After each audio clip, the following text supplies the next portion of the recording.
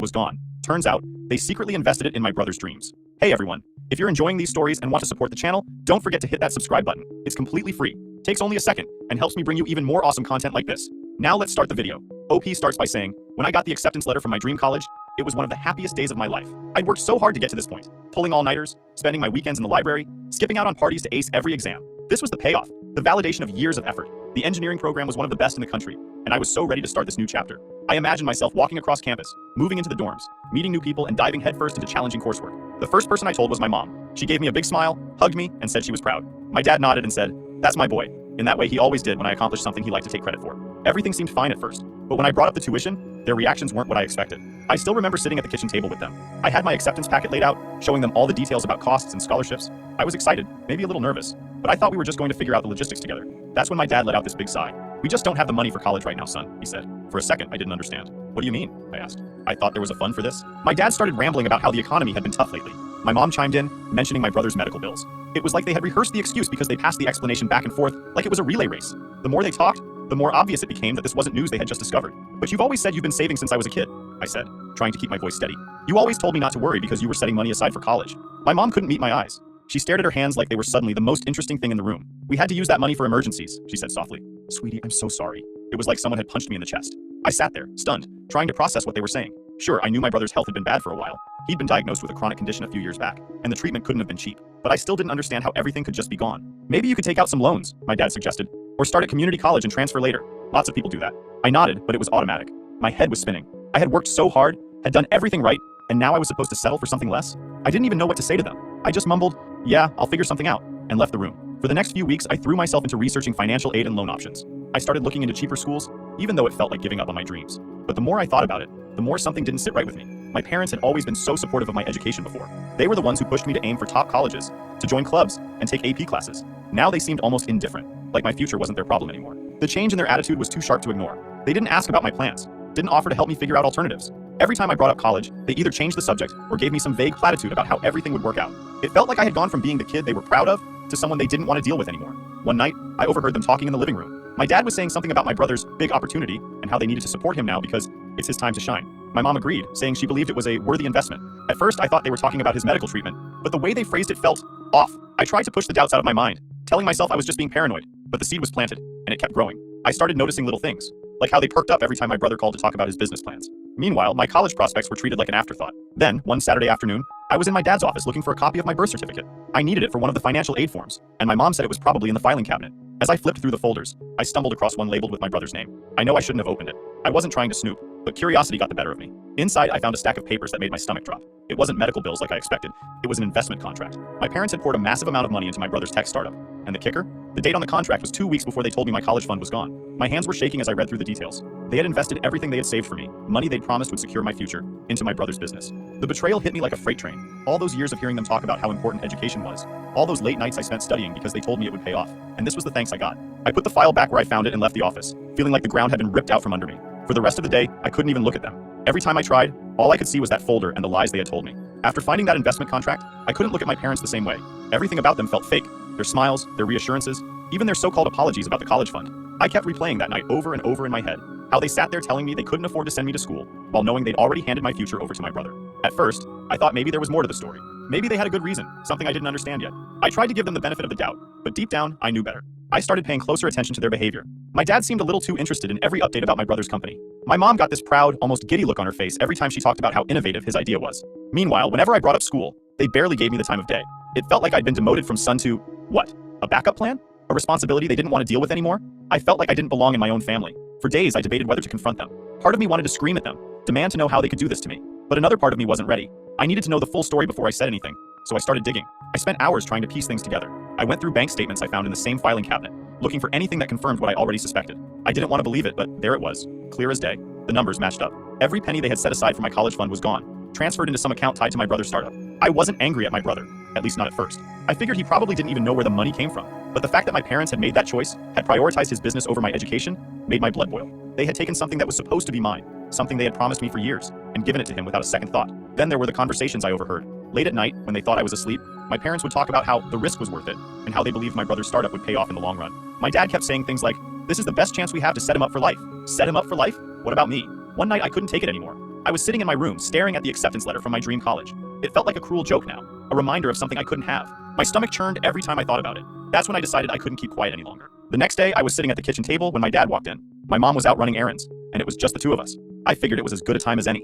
"Hey, Dad," I said, trying to sound casual. "Can I ask you something?" He looked up from his coffee, raising an eyebrow. "What's on your mind?" I hesitated for a second, then said, "How much did you guys invest in Mike's business?" For a split second, he froze. It was subtle, but I caught it. He quickly recovered, setting his coffee down and giving me this confused look. "What are you talking about?" "You know exactly what I'm talking about," I said, my voice sharper than I intended. "I saw the papers, Dad. The investment contract. The dates." His face hardened, and for the first time in my life, I saw him drop the dad act. He wasn't apologetic or ashamed. He was defensive. "That's none of your concern," he said flatly. "It's my concern when you used my college fund to do it," I shot back. "You told me there wasn't any money for school, but there was enough to gamble on Mike's startup." "It wasn't a gamble," he snapped. "It was an investment. We believe in your brother's potential. This could be life-changing for him." "And what about me?" I demanded. "What about my future? Or does that not matter to you anymore?" He didn't answer. He just sat there, glaring at me like I was being unreasonable. At that moment, I realized there wasn't going to be an apology. He didn't feel bad about what he'd done. In his mind, he had made the right decision, and I was just supposed to accept it. When my mom got home later that day, I confronted her too. She cried, of course. She always cried when she didn't want to take responsibility for something. She kept saying things like, "We thought it was the best choice for the family and we didn't mean to hurt you." But all I could think was, "You didn't think about me at all." Over the next few days, the tension in the house was unbearable. My dad avoided me, my mom acted like a martyr, and my brother was oblivious to the whole thing. Eventually, I realized there was no point in staying. I couldn't trust them anymore. They didn't see me as a priority, and I couldn't keep pretending everything was fine. So I started making plans to leave. It wasn't an easy decision. I didn't have much money saved up, and I knew things would be tough. But I also knew I couldn't stay in a place where I was always going to be second best. The tension in the house grew thicker by the day after I confronted my parents. My dad acted like I didn't exist, and my mom tried to tiptoe around me, but neither of them showed any sign of regret.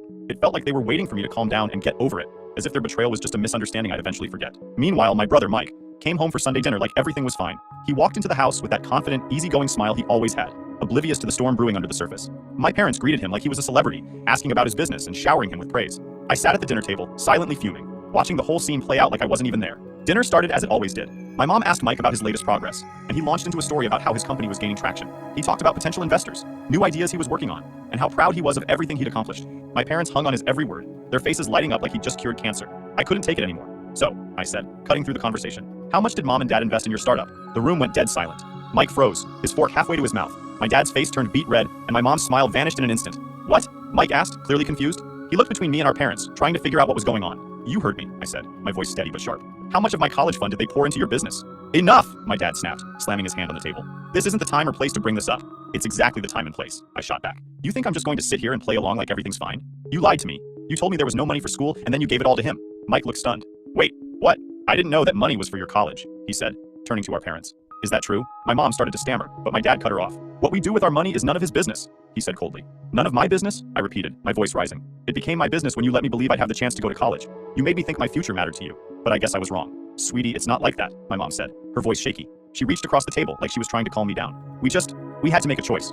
Your brother's business is an investment in the future. You thought what?" I interrupted, my anger boiling over. "That my education wasn't worth it? That his pipe dream was more important than everything I've been working toward? Do you even realize what you've done?" Mike held up his hands defensively. "Look, I didn't know about this. If I had known it was your college money, I wouldn't have taken it." "Save it," I snapped, turning to him. "You're not the problem here. They are. And honestly, I'm not surprised. You've always been their favorite. At least now they're done pretending otherwise." My dad stood up, his chair scraping loudly against the floor. "That's enough," he barked. "You're acting like a spoiled child. Do you have any idea how hard we've worked to support this family? We did what we thought was best for everyone." "Best for everyone?" I laughed bitterly. "You mean best for Mike? You didn't even think about me. You made a decision that ruined my future, and now you're mad because I won't just sit here and take it? You don't understand the bigger picture," my dad said, his tone patronizing. "This business has the potential to change all of our lives. You're being short-sighted." "I'm being short-sighted?" I yelled. "You're the ones who threw away my college fund on a gamble. You didn't just lie to me, you made it crystal clear where I stand in this family. Well, guess what? I'm done. I'm done being the afterthought." I pushed back my chair and stood up. My mom was crying, my dad was glaring at me, and Mike looked like he wanted to disappear. "You can keep your money," I said, grabbing my bag. "I don't need it. I'll figure out my own future, and it'll be without you." I walked out of the house, ignoring their calls for me to come back. My mom was sobbing, begging me to stay, but I couldn't. I couldn't sit there for another second and pretend we were still a family. That night, I packed up my things. I didn't have much. Just a duffel bag of clothes, my laptop, and a few $100 I'd saved from my part-time job. I didn't have a plan, but I didn't care. All I knew was that I couldn't stay in that house anymore. I slept in my car that night, parked in a grocery store lot. It wasn't comfortable, but it felt better than being under their roof. For the first time, I felt free. Not in a happy way, but in a way that meant I didn't have to rely on anyone who didn't value me. The first few weeks after I left home were a blur.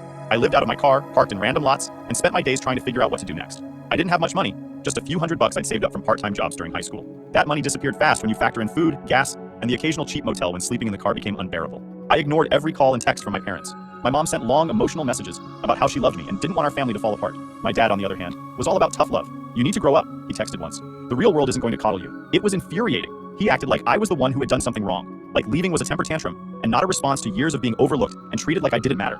I didn't even know how to respond, so I didn't. I just let their messages pile up and focused on surviving. I eventually landed in a small town a few states away. I hadn't planned to end up there, but I ran out of gas and money at the same time, so it felt like fate. The town wasn't anything special, just a handful of stores, a diner, and a few small businesses, but it was quiet and nobody knew me. I walked into the diner, desperate for a job. The manager, a tired-looking guy in his 50s, took one look at me and said, "You start tomorrow." I didn't even ask what the pay was. I just nodded, thanked him, and spent the last of my cash on a tank of gas and a pack of ramen to eat in my car. The work wasn't glamorous, just waiting tables and cleaning up after shifts, but it was enough to get by. I lived off tips, saving every penny I could. A week later, I picked up a second job at a local garage, helping with oil changes and basic repairs. It wasn't exactly my dream life, but it was mine. For the first time, I wasn't relying on anyone else. The days blurred together. I worked from early morning at the garage to late at night at the diner. My body ached and I barely had time to think, but in some strange way, I felt free. I didn't have my parents hovering over me, didn't have to hear about how great my brother was doing. It was just me, figuring things out one day at a time. One night, after a particularly long shift, I sat in my car eating cold ramen and scrolling through my phone. I saw another text from my mom, this one longer than usual. She talked about how much she missed me, how things hadn't been the same since I left. "Your father and I just want to talk," she wrote. "We can work this out as a family." I rolled my eyes. Now she wanted to work things out? Where was this energy when I was still living at home, begging them to care about my future? I tossed my phone onto the passenger seat and tried to ignore the knot of emotions in my chest. But as much as I wanted to shut them out completely, part of me still cared. I hated that about myself. After everything they'd done, some small, stupid part of me still wanted their approval. It was like I couldn't let go of the idea that maybe, just maybe, they'd finally see me as more than the backup son. Months went by. I settled into a routine, and things started to stabilize. I managed to save up enough to rent a tiny room above a hardware store. It wasn't much, a bed, a desk, and a shared bathroom, but it felt like a palace compared to sleeping in my car. I started looking into local colleges, figuring out how I could take a few classes while working. It wasn't the prestigious program I dreamed of, but it was a start. One day, while I was wiping down tables at the diner, my phone buzzed. I glanced at the screen and saw my brother's name. For a second, I considered ignoring it, like I had every other call from him, but curiosity got the better of me. "Hello?" I said, keeping my voice neutral. "Hey," he said, sounding awkward. I just wanted to check in. Mom told me you left." "Yeah, no thanks to you," I said flatly. There was a long pause. "Look, I didn't know about the money," he said finally. "If I'd known, I wouldn't have taken it, I swear." "Doesn't really change anything, does it?" I said. "You still got it, and I got nothing." "I know," he said quietly. I didn't want you to think I was part of it. I'm sorry, man. For real." I didn't know how to respond. Part of me wanted to believe him, but another part of me couldn't shake the resentment. He was still their golden child, the one they'd chosen to invest in while leaving me behind. His apology didn't change that. "Thanks for the call," I said finally. "But I've got to get back to work." He sighed, but didn't push.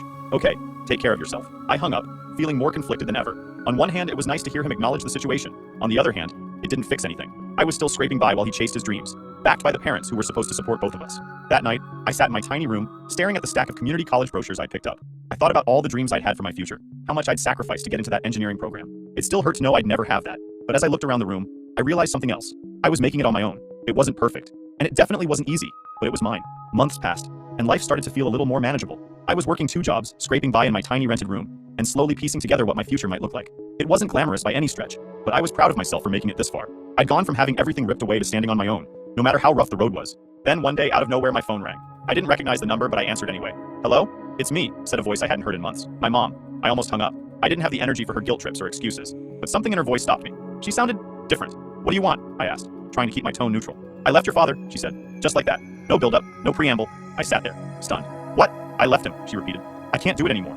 I can't keep pretending everything's okay when it's not. I should have done it years ago." My mind was racing. This wasn't the woman I'd grown up with, the one who always backed my dad no matter how wrong he was. "Why now?" I asked cautiously. "Because of you," she said. "Because I can't keep living with what we did to you. Watching you leave, knowing how much we hurt you. It made me realize how wrong things have been for a long time." I didn't know what to say. Part of me wanted to scream at her, tell her it was too late to make things right, but another part, the part that still cared, wanted to believe her. "Look, I know I don't deserve your forgiveness," she continued, "but I want to try to make things right. I sold the house. Half of it is yours. It should have been your college fund in the first place. I hope it's enough for you to start over." I was speechless. For months, I'd been grinding just to get by, and now she was offering me a lifeline. But at what cost? "What about Dad?" I asked finally. She sighed. "He's angry, of course. He still thinks he did the right thing. He's convinced Mike's business is the key to everything. And Mike? He's upset too, but he gets it. He knows we messed up, even if your father doesn't." I leaned back in my chair, trying to process everything. My mom was finally taking a stand, finally admitting what they'd done was wrong. But I couldn't just let go of all the pain, all the resentment, that easily. "I don't know what to say," I admitted. "You don't have to say anything right now," she said. "Just think about it, and know that I'm truly sorry for everything. I should have stood up for you sooner. I failed you as a mother, and I'll regret that for the rest of my life." After we hung up, I sat in silence for what felt like hours. I didn't know what to feel. Relief? Anger? Gratitude? It was all jumbled together in my chest, making it hard to breathe. Over the next few weeks, I watched as my mom followed through on her promises. She sold the house and sent me half of the proceeds. It wasn't enough to cover all 4 years of college, but it was a good start. I enrolled in a local college's engineering program. Nothing fancy, but it had everything I needed. Moving forward felt strange, almost surreal. For so long, I'd been in survival mode, just trying to get through each day. Now, I had something to work toward again, a reason to keep pushing. My mom moved to the same town, renting a small apartment nearby. She got a job as a bookkeeper and started over too. We didn't talk every day, but when we did, it felt different, more honest. She wasn't the same person she'd been when I was growing up, and I wasn't sure if that was a good thing or if it just made me sad for the time we'd lost. As for my brother, he called me a few more times. Each time he apologized for what happened and tried to make amends. He even offered to repay the money my parents had invested in his startup, but I turned him down. I don't want it, I told him. It's not about the money anymore. It's about what it meant, what they chose. He didn't argue, but I could tell he felt guilty. He should have, honestly. Even if he hadn't known where the money came from, he'd always been the golden child, and he'd never stopped to question why. My dad, on the other hand, stayed silent. He didn't call, didn't text, didn't even try to reach out. I heard from my mom that he was furious about the house being sold and blamed me for ruining the family. I couldn't bring myself to care. He'd made his choice, and I'd made mine. College was hard, especially while working part-time to cover the costs my mom's contribution couldn't. But it felt good to be back on track, to be working toward a future I could be proud of. Some nights, I'd sit in my dorm room, surrounded by textbooks and papers, and think about how much had changed in just a year. The pain of my parents' betrayal was still there, but it didn't define me anymore. I'd learned to rely on myself, to fight for what I wanted even when the odds were stacked against me. And I learned that family isn't about blood or loyalty, it's about trust and respect. My relationship with my mom is still a work in progress. We're trying, but there's a lot of history to untangle. As for my brother, I'm not sure where we stand. He's made efforts to rebuild our relationship, but I'm not ready to let go of everything yet. My dad? I don't think I'll ever forgive him. He chose his pride and his vision of success over his own son, and that's not something I can forget. But despite everything, I'm proud of how far I've come. I've learned that my worth isn't tied to anyone else's opinion or investment. It's something I've built on my own, and that to me is the best kind of